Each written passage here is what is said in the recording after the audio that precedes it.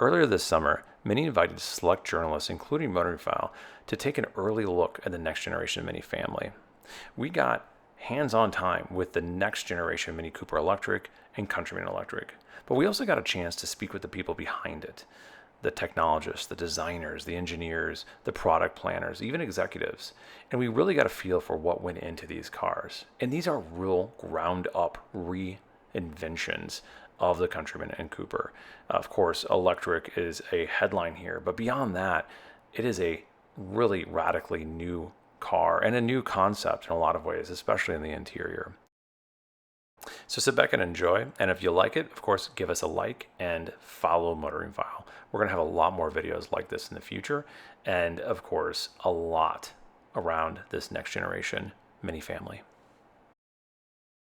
Let's talk about the new Mini Cooper. This is the J01. It's a fully electric car that is proportionally slightly different than what we've seen in the past. So you've got this windshield that's now slanted a little bit more.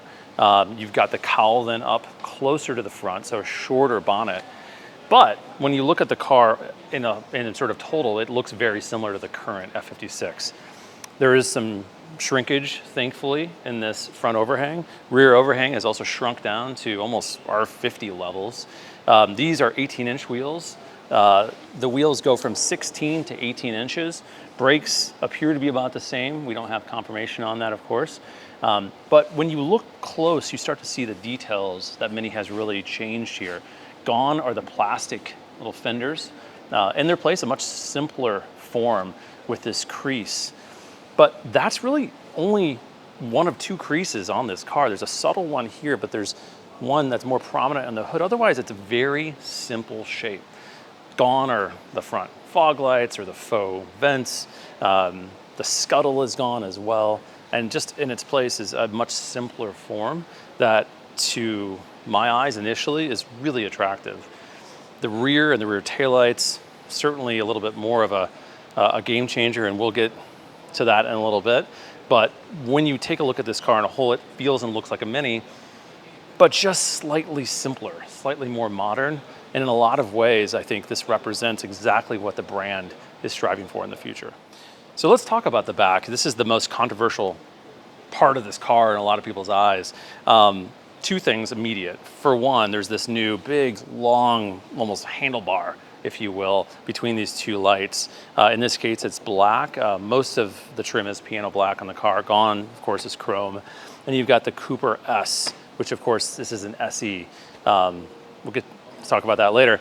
But the big thing here, of course, are these rear taillights, which look very, very different than we've seen in the past.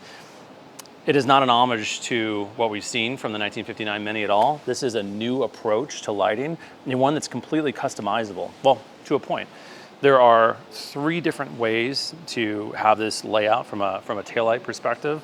There's also different animations as well. So when we think about your personal signature to this car, it's not just about the paint color, it's not just about the wheels you choose, it's about the digital enhancements that you can make inside and out, the taillights and the headlights being the most visible, that is part of your signature, part of your customization. Beyond that, though, it's incredibly simple. We've got rear reflectors, we've got the reverse light down here, and that's it. And so again, just like the front, just like the sides, and just like the interior, Mini has gone to great lengths to create something that's much more simple and ultimately much more modern. We are looking at the interior of the brand new Mini Cooper. This, of course, is the electric Mini Cooper that is built from the ground up as an electric car. So new platform, and as you can see, entirely new interior. A lot of these themes that you see here will be carried over to all Mini products from now on, including, of course, this textile that you see, which is really striking and quite different.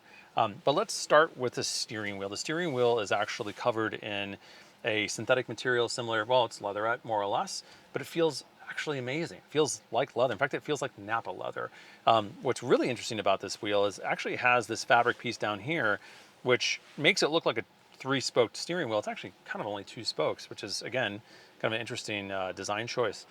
So one of the things you also notice right away, besides this, of course, this big center screen, which we'll talk about in another video, is the way that Mini has designed the new vents, which are really, really discreet in a lot of ways. So for instance, We don't have a vent here in the center, you think, but there actually is one. It's behind this sort of control panel. You operate it with this right here, turning it on and off, and you actually move it left and right, up and down with that little control. Same thing with over here. You've got two different vents you control, obviously, and then one over here. In the center console, we have almost a kind of a rethink and kind of a reimagination of the original rail system from the Countryman. So that means that there are components that you can take in, take out, and ultimately even upgrade. So if you want more cup holders, you can have them. And then finally, these are the mechanical or sort of the switches that really are left. We've got a parking brake, the sort of standard gear lever.